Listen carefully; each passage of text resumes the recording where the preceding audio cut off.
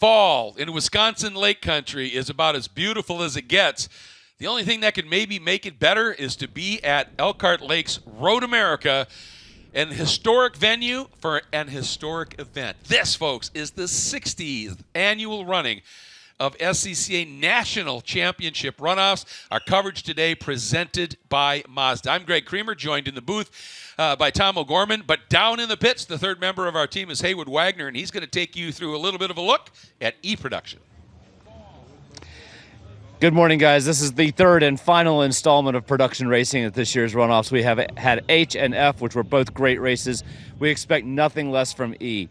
These are high-strung, real race cars built on production chassis, and your pole sitter, the car, is not a stranger to this position. The driver, however, has never been to Road America before, never raced here. This is Tyler Ladd. He is driving the car that both Jesse Prather and Iro have won E-Production the last couple of years with this car.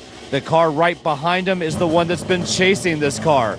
That is John Hainsworth. Hainsworth in the RX-7.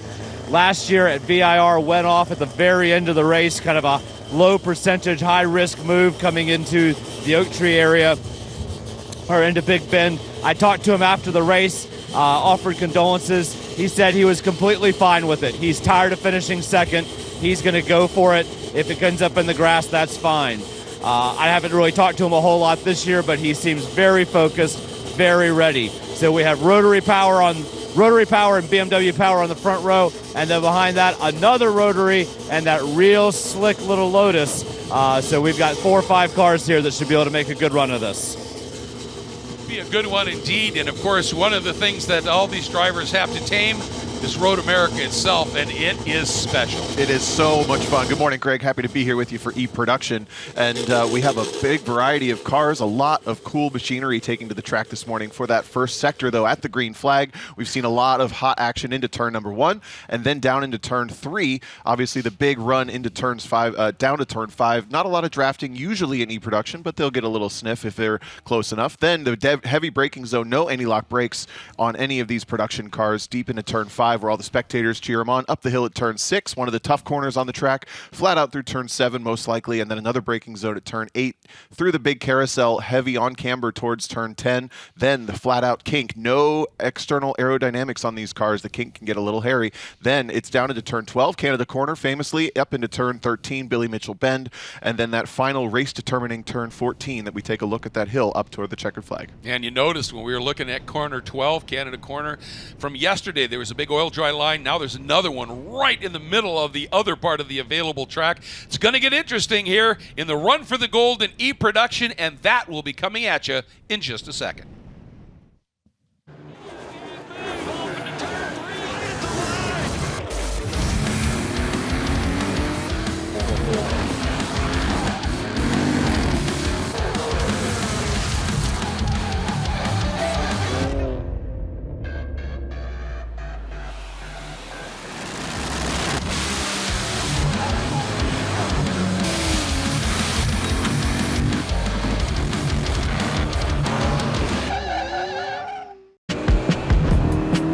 Choose joy. Choose your calling. Choose to really care. Choose to go for it. Just choose. We craft cars for those who choose to do more than simply move. I wake up. Okay, track day checklist. Let's go. You got your gloves, your helmet, water, snacks, sunscreen, your car is prepped and ready to go. Oof, forgot your track day insurance, didn't you? If you want to be covered for the whole value of your car, you need high-performance driver education coverage through Hagerty. We'll get you a policy for track days, time trials, and more in less time than it took you to apply that sunscreen. Hagerty, let's drive together. Choose to get in there. Even better, get out there. Way out there. We craft cars for those who choose to do more than simply move. I wake up. All right, there is a look at this absolutely beautiful field of E-Production, or E-Prod, as it's called. This is one of those classes that goes back decades. I mean, it was part of the very early. For many years, it was the province of, particularly old British roadsters and other cars. I was looking through the grid here. I only see 2 that kind of might fill that Lotus Caterham. But I think that's actually a newer model. But we do have a 1970 Triumph GT6 in this field, driven by Anthony Parker. That would be a true old full prep prod car. Now they're what's called limited prep. Yeah, you see, none of them are particularly new shapes. We've seen maybe the newest shapes be something in the 2000s with that BMW, etc. But the S2000 there in the background also, obviously a much more modern, familiar car. But they are still prepared in the spirit of those original rules back in the 60s. So yes, there may not be as many little British cars like there used to be, but they're still prepared in the same spirit. And it's basically shapes from the 80s, 90s, and 2000s now prepared that way. Yeah, look at these Datsuns that are coming up, Nissans now, but the old Datsun 240Z. So anyway, one thing we heard from Hayward talking about the car Tyler Ladd is driving, Jesse Prather's car that has been on a real streak in terms of wins. One thing Tyler did here, Jesse had the qualifying track record here, and in qualifying number 3 on Thursday, Tyler obliterated that by about half a second. So he is getting around here quick. That young man has some skills. Let's go through the starting lineup. And winning at Tire Rack Pole, as we've been talking about, the number 51 of Tyler Ladd out of Clearwater, Kansas, in the BMW. And he was picked, by the way, from Sports Car Magazine, the official publication of the Sports Car Club of America, to finish 3rd. So we'll see how that plays out. Starting in 2nd, the number 95 of John Hainsworth, who's had silvers, hasn't been able to put that win together. He will start in 2nd in that Mazda. Starting 3rd, making his 5th runoff start, the number 50 of Peter Norton out of Pelham, North Carolina. He is the Hawk Breakthrough Award winner for the biggest gain in terms of speed from qualifying 1 to qualifying 2. He's in that Lotus. That's the Caterham 7 America. Starting in the 4th spot, his 3rd runoff start, the 41 of Austin Bradshaw in a 82 Mazda RX-7. Starting 5th, the number 47, Bill Miller from Western Missouri, Kansas City region in a 1998 BMW. Starting in the 6th spot, 4th runoff start for the 107 of Tim Anastopoulos in the 1989 BMW. Starting in the 7th spot, 16th runoff start for the 06 of Doug Piner, and he is in the 99 BMW Z3. I actually think this might be his 17th start, so I think he also ran in F production. Starting in the 8th spot, the 08, 6th runoff start for Aaron Johnson in that 2004 Honda S2000, really slippery car. Starting in the 9th spot, 8th runoff start for the 122 of Lance Lohman in his 1973 Datsun 240Z. Starting in the 10th spot, I just love this story. The number 61 of Heike Sillergren, 3rd runoff start. I announced him in IT at a number of ARC races, the American Road Racing Champions in the fall at Road Atlanta, and he decided he was going to give it a go here. Bought a car, converted it to E-Prod, and is here at the runoffs, and that's such a wonderful story. Starting in the 11th spot, the number 12, 13th runoff start for the experienced Joe Carr out of Petaluma, California, in his 99 Mazda Miata. Starting in the 12th spot, 18th runoff start for the experienced number 9 of Don Tucker out of Memphis, Tennessee in a Mazda. Starting in the 13th spot, 3rd runoff start for the 44 of Anthony Parker in that 1970 Triumph GT6. Beautiful car. And then a 3-time gold medalist, struggling a little bit back in the field in 14th, the number 86, his 15th runoff start, John Baucom out of Monroe, North Carolina, in a really pretty Alfa Romeo Spider Duetto. And then in the 15th spot, the rookie, the 26, John Collins in a BMW, and in the 16th spot, this is runoffs history every time this guy takes a green flag, Mark Webber, the number 25, will be making his 69th runoff start, far more than anybody else. He's out of St. Louis, Missouri in a Mazda Miata. His goal in that car is, he's 71 years old. He wants to, when he starts in the runoffs to be 4 years, when he turns 75, he wants that to be his 75th runoff start. That's what he's planning. That's fantastic. And real quick, you mentioned the pace of Tyler Ladd in the blue BMW. John Hainsworth was also under the track record, only 3/10 back in qualifying. Then, if you look at the qualifying list from 5th to 11th, they are very, very close. We might have a great race throughout the entire field here, not just at the front. That's what we hope for. It's the run for the gold in E-Prod coming up the hill. Out of the shadows, into the sunlight, looking at the start stand. We're green! We are racing in E-Production, and Ladd getting a really nice start. Looked like Norton kind of lagged a little bit here. And watch from the outside, Bradshaw in that RX-7 And he did. He got around on Peter Norton, slots into third, Tomo. Yeah, and Austin Bradshaw with a great start there. But Hainsworth also, I tip my hat. He got the rotary power, not a lot of torque. He timed that very, very, very well. We expected Tyler Ladd with the big 2.5-liter BMW to jump out regardless, but he timed it so well. Look at that 95 all over the back of Tyler Ladd. Yeah, really nice job. And Bradshaw as well.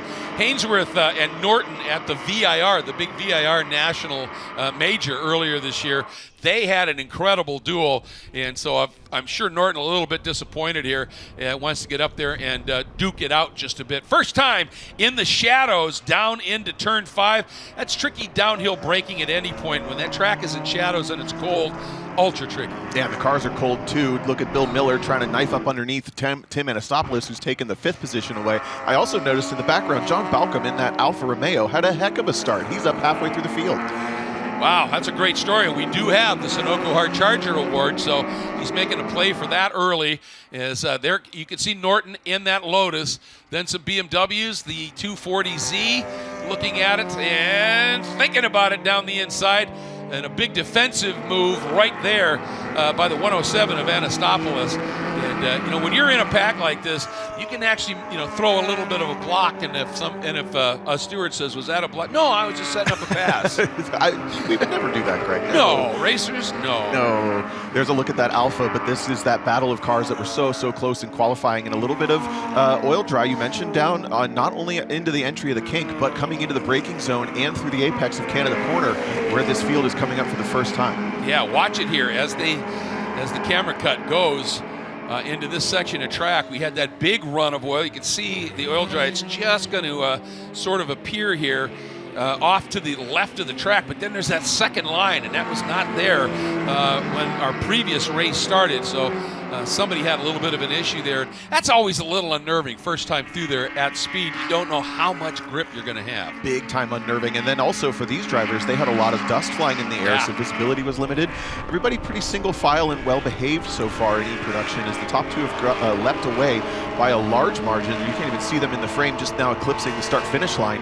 But this battle for, is that the Alpha? It is. I just saw a little puff of smoke as he went to throttle. I was about to make a comment, and then it just went right as you were talking there. That is such a pretty car. John Balcom, he loves running unique cars in SCCA Prod competition, and it just went away. What a shame. That is a beautiful machine. Yeah, and he did a great job to get offline very, very quickly, so this shouldn't interrupt anything with the racing. Yeah, formerly running a Fiat Spider, now with this Alfa Romeo. At least we gave us something good to look at. The one thing, I'm not seeing any real significant fluid of any kind coming out, so it may have just been burning it up as smoke. That would be wonderful, because that's a heck of a drive coming out of 14. Meanwhile, up front, Tyler Ladd continues to ease away here. That first lap, a 2:31.5, that's not too bad from a rolling start. No, not at all. And he's not quite able, or is able to pull away from John Hainsworth just a little bit. We suspect that rotary might need a little bit more momentum. We talked about it in another class, just kind of get that thing up and going. So this little gap that's built at the start, that first lap, John Hainsworth really needs to make sure it doesn't get any bigger. Austin Bradshaw doing a great job keeping in touch with him. Yeah, he is. And Peter Norton running fourth in that Lotus has Bill Miller all over the back of him in that battle for fourth and fifth. They're having a great little battle as well. But here's Austin Bradshaw in that RX-7. Then here's this battle. Peter Norton, those Lotus, they are just pretty, aren't they? They are so cool. And you'd think maybe not the car for this track, but they're actually very strong from turn 5 back to this section of the track. So that second sector, we've actually seen Lotus on pole and go very fast in E-Production here at Road America, despite being a little bit of a car you wouldn't expect to be fast on this national park of speed. You need top speed, right? Nope, the handling actually works really well. But he's got a lot of pressure from Bill Miller in that E36, a newer car to Bill. We've seen this car in production with other owners, but great to see Bill pushing into the top 5. Well, and the one thing, with that Lotus is those front wheels are really exposed, and that's just kind of an air brake as well. Yeah. But as you said, if you're a wheelman and you can have the bravado to really sling it through the carousel and the kink, and you get 6 right, all these corners, you can string them together and offset that little bit straight line deficit, and he does that very well. And then behind Miller, there coming into view, I think that's Anastopoulos.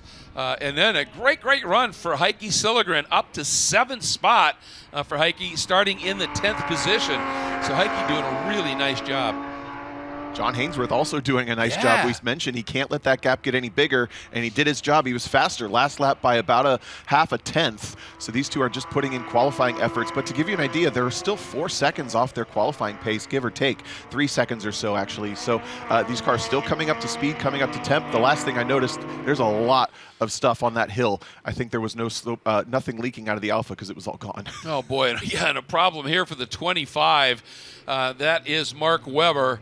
And he runs 2 classes almost every event, not just here. He's got something over 400 starts in SCCA competition, including nationals and the like. So just a shame to see him struggle here in the early going. But here we go, a little bit farther back in the pack. Good scrap going on here as well, down into this very tricky turn 5. You can see the 122 Lance Lohman right there in that yellow Datsun 240Z chasing the similar car. I think that's Doug Piner, isn't it? Doug Piner in the green BMW at the back. So actually, they got around. They did. These guys have been battling since the start-finish line. Lohman is on a charge this lap. He started it behind both Piner and Johnson in that S2000, and now both Datsun drivers are at the front of this battle for 7th. Down into turn 8. Oh, a look here, trying to get back around here, maybe, and couldn't quite do it for the 06 of Piner. Showed the nose, and right there, a little bit of a wide run by the 61 there of Heike Sillegren, but managed to hang on to it at the exit of 8, being chased rather furiously at this point by Lance Lohman. Doing a great job here. Now, this is one of the great things. This is the battle for 7th. It's back in the pack, but eProd always has sizable fields, and even if you don't quite have the pace on a given day to run at the front, you find somebody or a pack like this that you're capable of running with. That was an interesting little moment there for Doug Piner. That's a fast spot of track to be dropping your tire in a big lunge by the 122 of Lohman. And look at this move as well, an attempt. I don't know that that's quite going to come off here for Aaron Johnson, but yeah, he might have the inside, but looks like Sillegren's going to have the inside for Billy Mitchell, and he'll be able to hang on to that spot, but for how long? Yeah, tough to hold on to that outside of turn 13, but this is a fantastic battle between 3 really unique cars, and it looked like Doug Piner just had that run through the kink, wasn't able to do anything on the brakes. Whoa, and he blows his door off. That happened in qualifying. And it's happened again, the door skin on the left side of that BMW. Obviously no mechanical issue, but now he's got a big old breeze in that car. And it's chilly here this morning, folks. And the problem is, obviously the officials are going to be looking at that, because that comes off, and these are open cockpit cars. That comes off and whacks somebody. That could be a big concern. And kind of fun to see him in that driving position, though. But you wonder how long they're going to let him. If it blows off quickly, he'll be fine.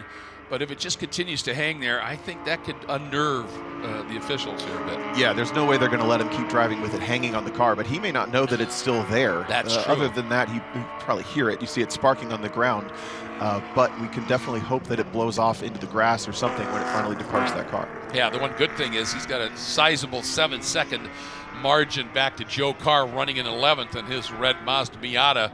So, coming from way back, big wiggle on the brake there for that number 08. That silver Honda S2000. Car that you're kind of fond of. I like those cars. It's the newest car in the field, and it looks really good on the brakes. Heike Sillegren has been doing a really heads-up job of driving in a way that allows Aaron Johnson to go where he would like to go, but not interrupt his own momentum. So you see Heike leave that inside apex at turn 12, Canada corner last lap. He's aware that Aaron Johnson is feeling brave on the brakes, but Aaron looks like he's getting a little bit too optimistic with just driving towards the inside of the corner. Needs to be careful with that. Yeah, absolutely.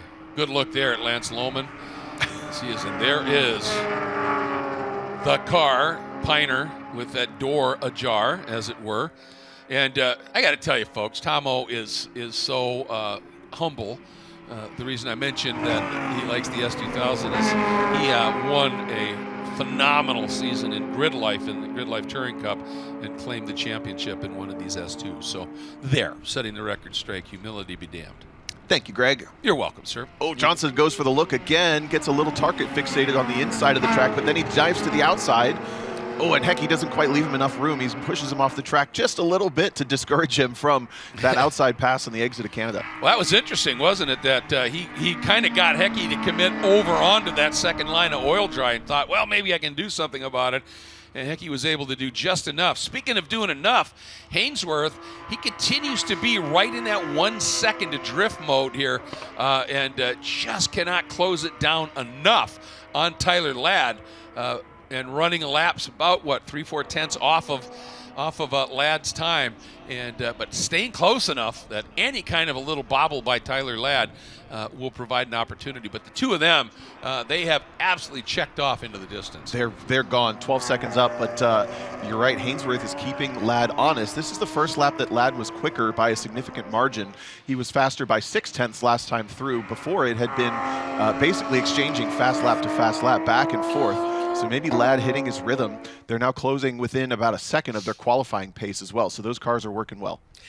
On a cool day like this, how long does it often take for the tires and everything, the pressures, all that to really come in? Well, these cars using proper racing slicks, so they're not quite like the street tires that we're used to using in our enthusiast, 200 treadwear or even DOT Hoosier stuff. But so they can take a very long time. The other part about these cold mornings, though, is that the track just feels different, and it takes your confidence away. So it may actually be just as fast. It may be just as much opportunity in lap 2 or 3 or 4.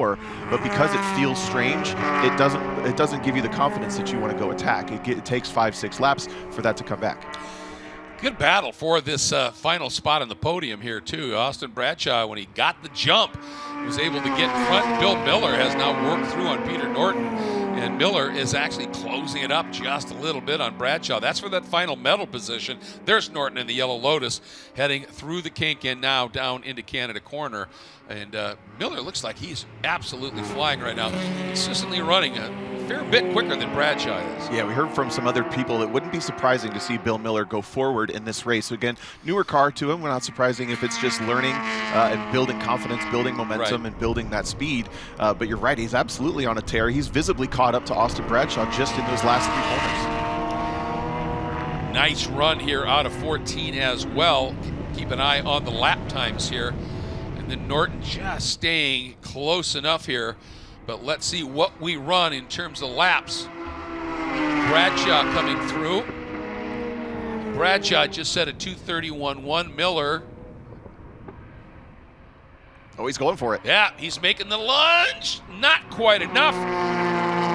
Bradshaw gave him enough room if he decided to really stick it down in there. And he's not done yet. He might try it again down into turn 3. And he's got that inside. But when you turn in from there, it really hurts your exit out of 3, and that's a long, long run down into turn 5 down the Moraine Sweep. It's a very long run, but the torque in the BMW looking pretty healthy. He's getting good exits, so he's able to make up that distance when he makes those moves that don't work out. Austin Bradshaw, though, looking very confident on corner entry, so he's defending well, but he's definitely kind of a sitting duck in some of these straightaways if Bill Miller gets just a little bit closer. And this track is obviously a well-earned reputation for being brutally tough on brakes. You're constantly coming in a number of spots with the highest speeds you could attain into a heavy braking zone. These cars, with the prep that they're allowed, brakes are pretty solid, aren't they? For sure, but yeah, it's not only just the braking zones themselves, but it's how many there are. You do it at turn 3, then turn 5, then turn 8, then turn 12, and then all over again. You really only get a couple of opportunities to cool things down, and every time you have to slow down to cool things down, you lose a lot of time. Check this out, though. This battle has taken another shape with Doug Piner going from the back to the front. Yeah.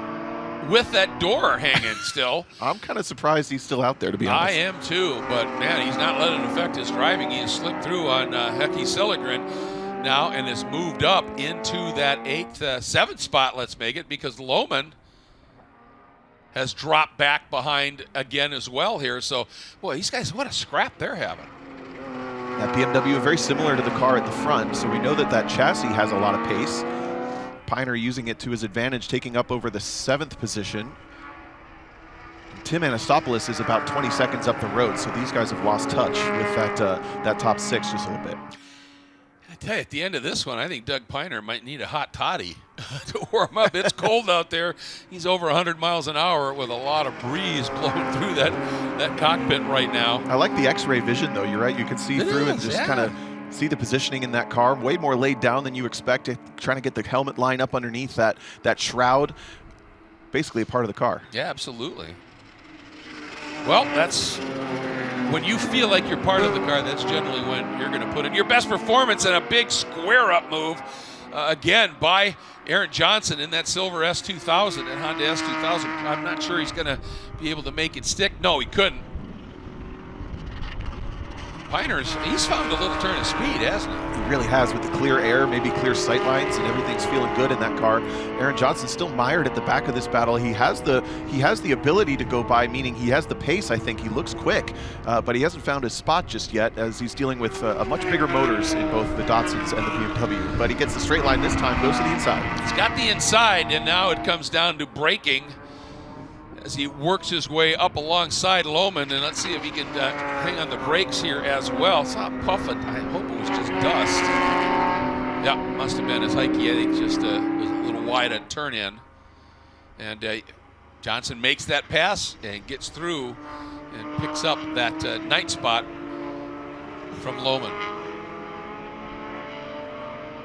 Tyler Ladd, meanwhile, has been able to, you talked about it, that he was finally starting to run laps a little bit quicker instead of trading back and forth, and he's opened that margin up to just under 2.5 seconds. Meanwhile, Bradshaw and Miller, and Miller certainly looks to maybe be the slightly quicker car, but Bradshaw's doing an absolutely superb job of hustling speed out of that Mazda. Yeah, having qualified fourth, now sitting in the third position. They're separated at the line last time by 0.7 of a second, and they're kind of ebbing and flowing. These are two cars that are definitely very different around the Road America. As you can see, sometimes it looks like Bill Miller's catching up, but last time he was actually a little bit slower on raw lap time. So it's just section dependent, I think. I think you're right. Meanwhile, Peter Norton has dropped off of these guys by about 5 seconds. So keep in mind, he qualified third, but just not able to find the pace here. And you look at these top two, we're talking about Ladd and Hainsworth, both qualified in the 227s, Norton in the 230s. So that duo up front definitely just had pace on the field, but Norton not able to hang tight and hang on to these two guys who are really having a great brawl for that final medal. Last time by at the front, it was a little bit quicker for John Hainsworth, though, so he may be biding his time, or they may just be going through the natural cycle of this race. We've been enjoying all the battles all the way through the field. We're already halfway through. Yeah. Working lap number 8 now of 13. Ooh, and Miller getting a nice little run, but not quite close enough. And he just ran a 231.2, Bradshaw 231.5, so Miller definitely finding some speed. Here comes Peter Norton.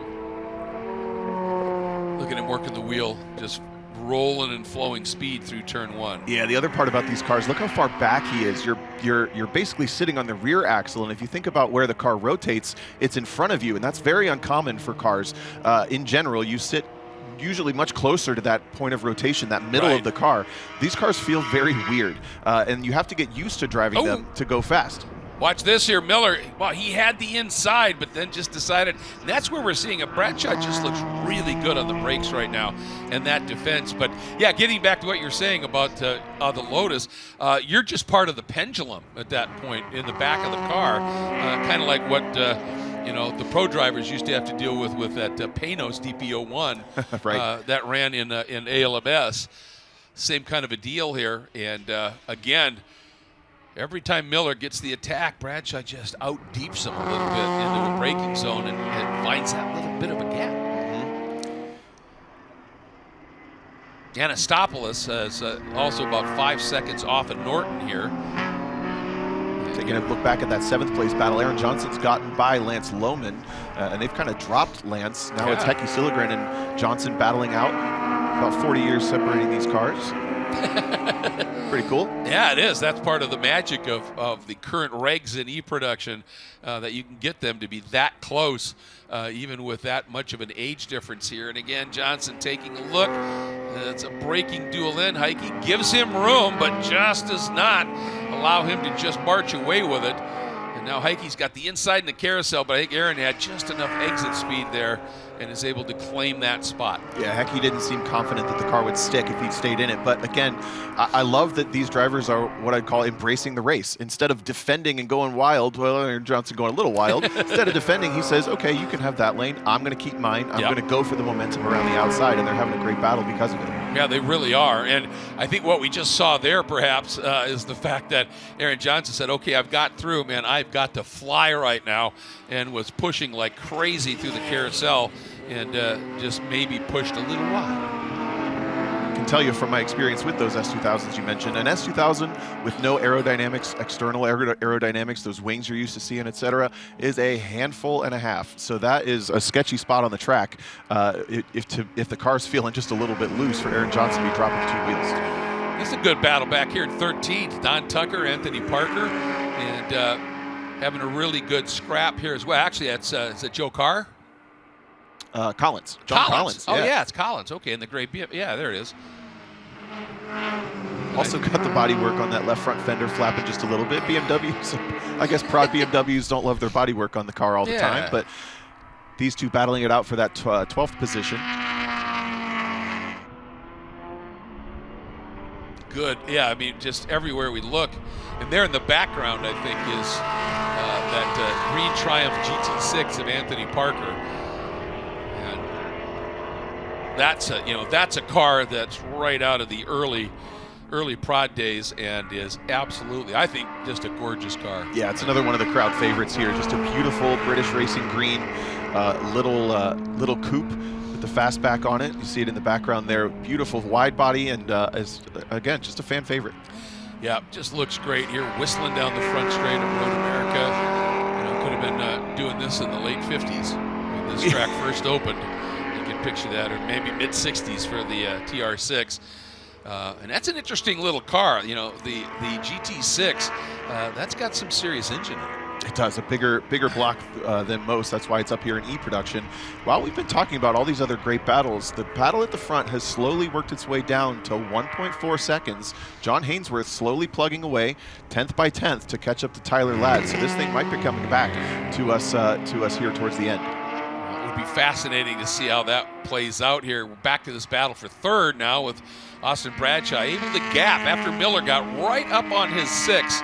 Last time through, the margin was about 0.7 of a second. Might be up to about a second right now. We'll have to see if Miller can figure out a way to take another run here, but it's going to be really interesting to see what that margin is at the front. You talked about how close it has been, and it's under a second. Wow, yeah, he took a lot out on that lap. Was over a half second quicker, just barely. Can lean forward a little and get excited about the finish here in E-Production. That we are heading into here. We're now working lap 10 of 13, getting some reports that for Bill Miller, maybe a little bit of smoke in that car. So we'll keep an eye on that. But yeah, that battle at the front right now is definitely starting to heat up. And that, of course, is the battle for the gold between Tyler Ladd, your tire rack pole sitter, and Hainsworth. There they are. We cut straight to a moment for John Hainsworth. I think he was a little sideways out on that curb. He's pushing hard in that RX-7, keeping the rotary up going. Catching's one thing, passing's another, though. So this will get very interesting. Tyler Ladd looking composed for these couple of corners at least, still maintaining this race very nicely.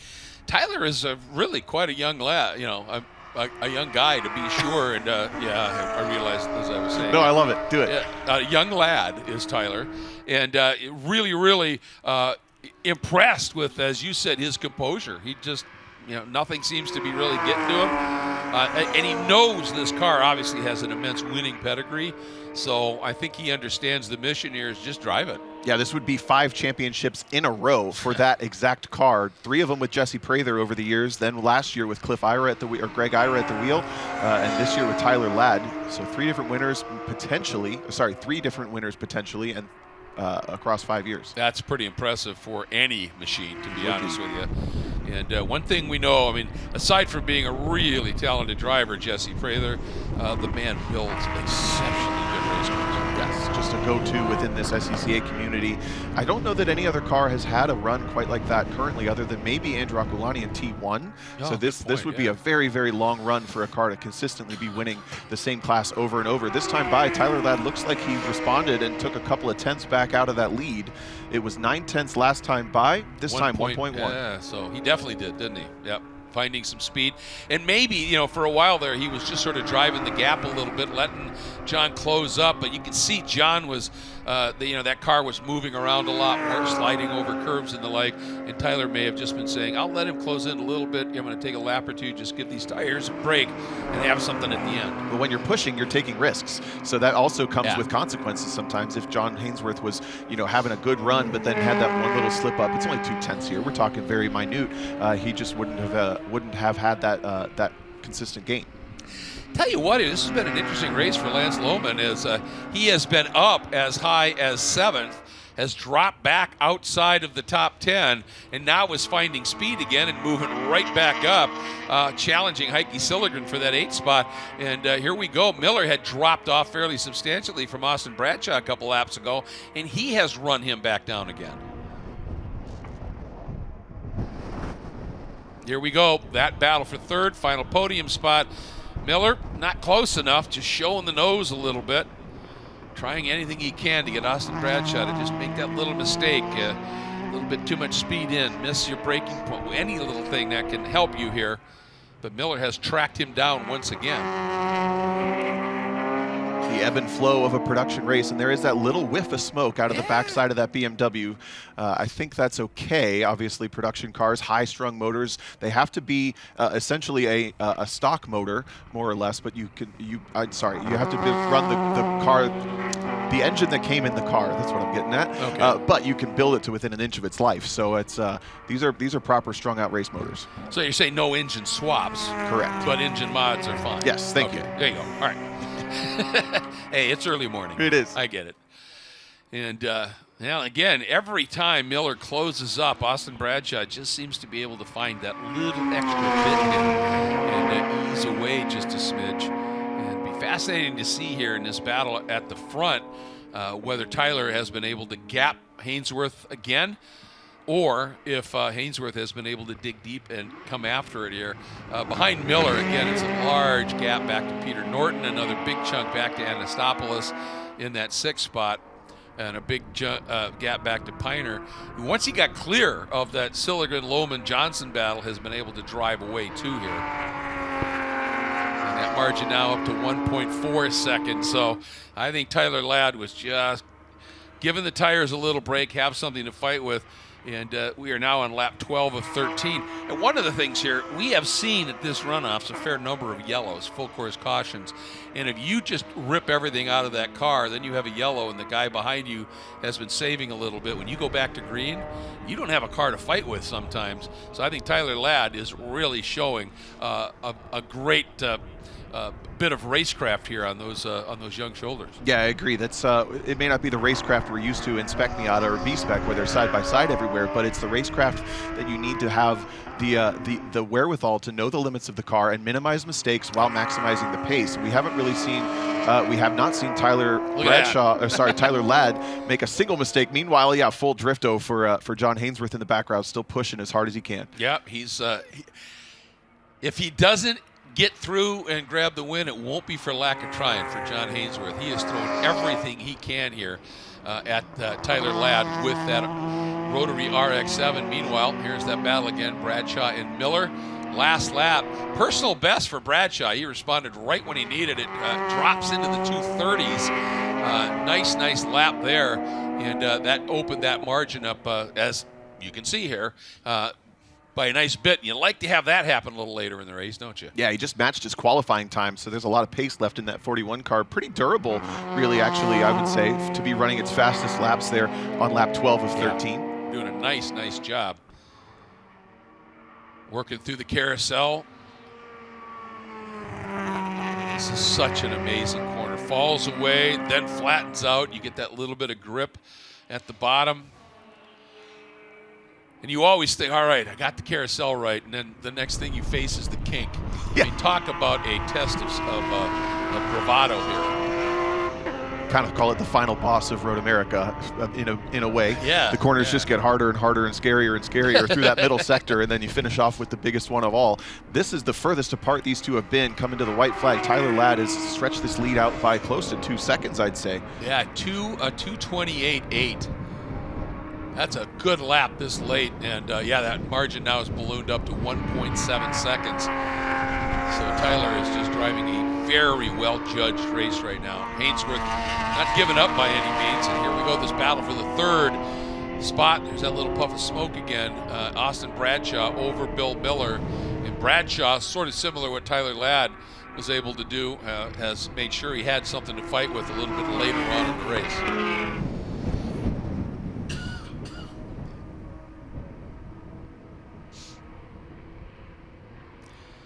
Although, right there, Miller, man, he made up a little bit of ground, more than just the normal accordion into the turn here. So Miller, he's got something left to do here. Oh, Hainsworth is pushing right now. He's on a personal best sector 1. He just almost cleared 140 miles an hour in the trap speed down into turn number 5. Way more composed at turn 6. I don't know that he's going to get there, but he's doing everything he can. He truly is, using every piece of racetrack. Coming out of turn 7 there, one of the... he broke. Oh, he broke a right front corner. That's what that wiggle was. I was wondering, I was just about to say, using all those curbs is a very high-risk thing for some of these fragile race cars, and sure enough, the right front, maybe the hub or the control arm just shears on those rugged curbs here at Road America. Heartbreak once again for the last lap of John Hainsworth Championship. Yeah, unbelievable. And I wonder if he got that curb on the inside of 7 that we didn't see maybe.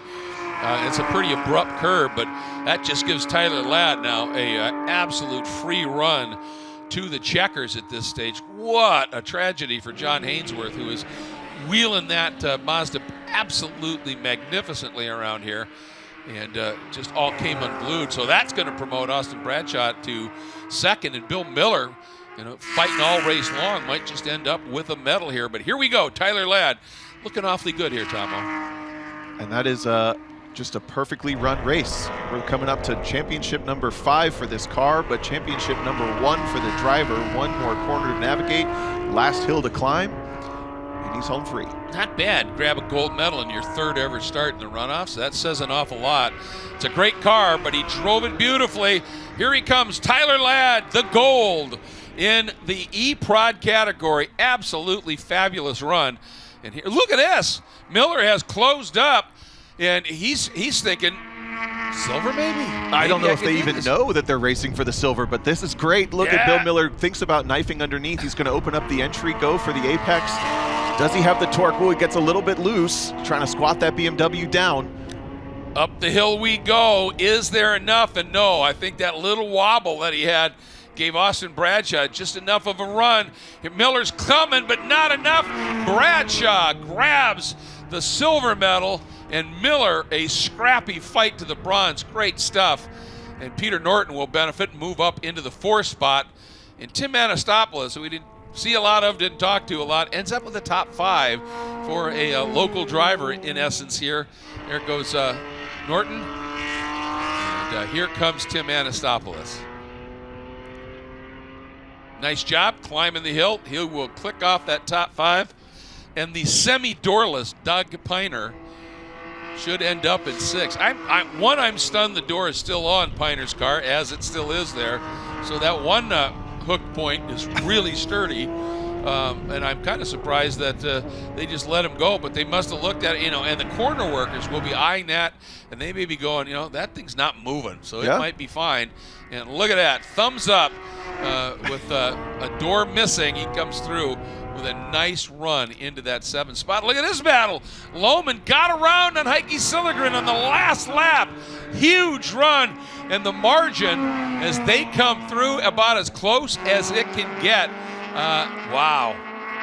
Yeah, that was fabulous. Just a few thousandths of a difference there. Here comes Joe Carr in this red Mazda. With that's Don Tucker and the number 9 behind him, another of the Mazdas here. Feeding it up this long front straight with this massive mountain. Yeah, I learned how steep this is the first time I ever raced here in my little ITC Toyota Starlet, and then come out of 14, grab my next gear, and then slow down all the way up the hill till I crested it. It's a little painful. It was. It really was. And at the back of this, coming home, he's going to end up, I think, at 13th. That beautiful old Triumph of Anthony Parker, the number 44. I love that he runs the number 44 as well, considering when Bob Tulia started his racing, he did it in Triumphs way back in the day in SCCA competition. But this day belongs to the young man named Tyler Ladd. And not only is that a great race car with a great driver, it's a good-looking machine, the way that the graphics wrap that they have put on that. Pretty eye-catching. So low and sleek. I just love the way a production car looks. You don't see these cars very often in other motorsports. This style of car, you know, most people, they bolt a wing on right away, or they do something else that's just makes the car look different than a production car. And right. I grew up on watching these. I still will love them forever with how they look, how they drive, and this guy did a good job of it. Yeah, it's a unique category. And Tyler, pole win. And one thing we haven't talked about is Tyler, with the win here, will lock up, I believe, the super sweep as well. So, which is, believe it or not, folks, is harder than winning the runoffs, because you've got to win the Super Tour Championship, of which this is the final round, and he was close enough that if he won, he was going to win it.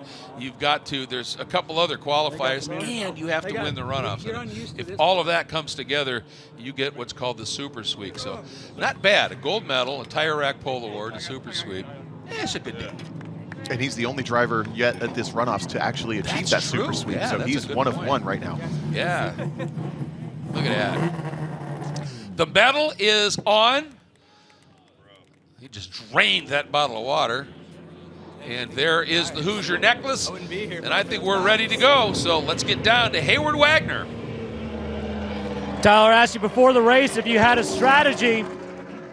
You said you've never even raced here before. Now you have. What do you think? I never raced Hainsworth before. So I never knew what he was going to do. So I just I'll just throw down lap after lap and see if he can hold. Towards the end there, he was starting to skate a little bit. He started catching back up, and 3 laps to go, my tires were dead. I was all over the place sliding around. I was taking corners at like 2 miles an hour.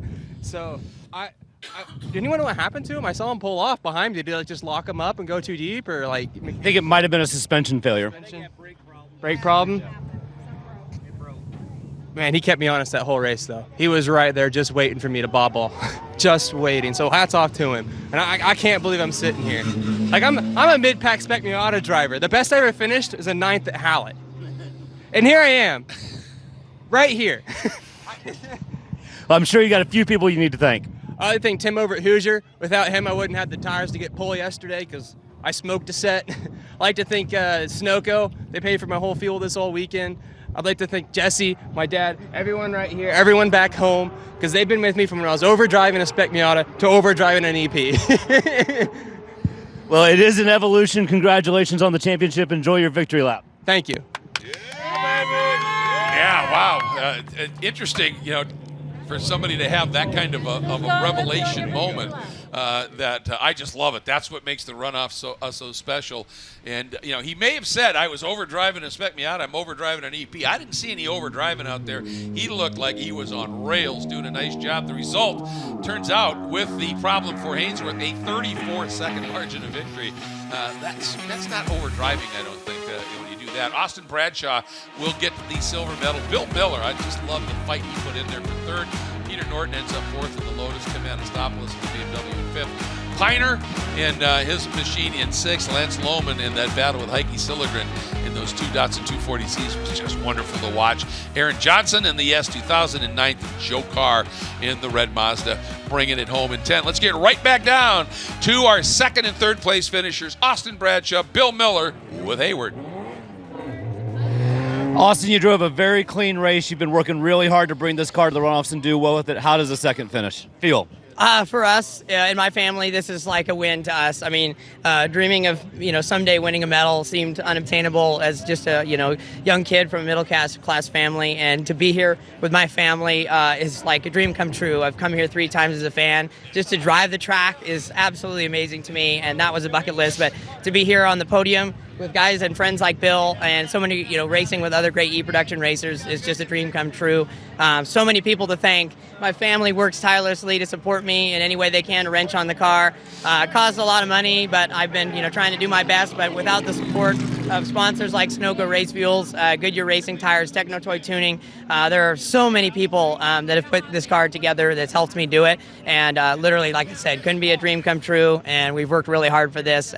Just like I said, this feels like a win to me and my whole family. And really, like I said, can't thank everybody enough for all they've done from the first day I went on track to now. Those that have supported me means the world. Well, big congratulations to you. We're going to bring Bill Miller up next. Bill, come on up. Bill, our third place finisher. A little handshake with Austin. Did you know that you were battling for third at the end of this race? No idea. None at all. None at all. I was just trying to keep it off the curbs there towards the end. I've been having some degradation over the weekend, axle popping out. That's kind of what happened the last 4 laps. Oiling the rear tire down. Didn't want to shove my nose in there and end 2 days on Sunday. So just stayed back, stayed calm, and just wanted to finish. And when did you know that you got a medal? Did you get radio communication? Oh, the dude going to pull this way. I kept going straight, and the last second, oh! All right, great weekend. Well, congratulations on the surprise bronze. A clean drive, a great drive. Thank you very much. Yeah, he fought for it, no question. I love that, when something happens, you don't even know. You're just racing. You're just trying to get past the guy in front of you and end up on the podium in a medal here. Here you can see Tyler Ladd, as we take a look at some highlights, getting that great start, was never going to be headed. Behind him, a ways back, eventful for Doug Piner. Yeah, I wonder how many inches shorter that door is by the end of this race, but it didn't slow him down. He was able to check out from this battle after working his way past a couple of Datsuns and check out to end up in the 6th spot at the end of this race. Yeah, finally got through. Once he did, he was able to drive off that 61 of Silligren and that 122 of Lohman having a great scrap. But again, there's that moment, just that right front, something breaking, and I don't know whether he got the curb at the apex of 7 or if it just broke, but that was that. He ends up, Tyler Ladd, with the medal, and there's that battle. Miller was so close at the end, and look at that, even pops to the outside. But at the end, we've got the medals have been awarded, and these guys had an absolutely fabulous race, Tomo. And a great set of interviews, too. That was fun to watch. Yeah. I really enjoyed that e-production. Thank you. You betcha. That was great. And now Tyler Ladd gets that very special extra lap here, that 14th lap. You only get that if you win the medal and you get your crew guy in with the checkered flag to go out and have some fun. We want to say a huge thank you once again to Mazda for presenting our broadcast here of this 60th running of the SCCA National Championship Runoffs. For Tom O'Gorman alongside Hayward Wagner down in the chilly pit lane, I'm Greg Creamer. Thank you so much for tuning in to the Run for the Gold in e-production. Tyler Ladd has it around his neck.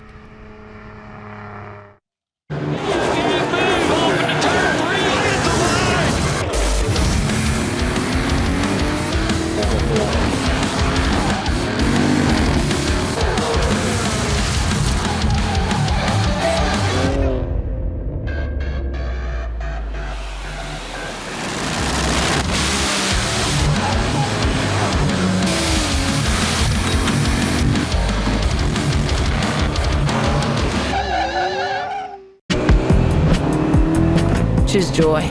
Choose the road. Choose your people. Choose your shot. Take it. Choose to get in there. Even better, get out there. That's it. Way out there. Choose your calling. Choose to really care. Choose to go for it. Just choose. We craft cars for those who choose to do more than simply move. I wake up.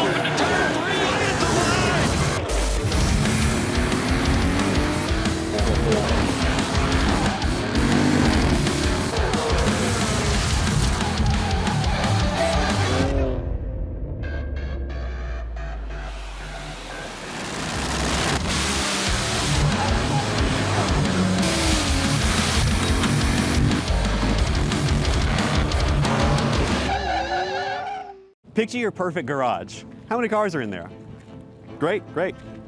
Now picture reality. How many cars can you actually have? Me too. With SCCA Club Spec, one car becomes your daily, your track car, your autocross car, even your time trials car. S197 Mustang if you like V8s and torque, NC Miata if you like compact and agile. SCCA Club Spec, spirited dailies, competitive race cars. Learn more at scca.com.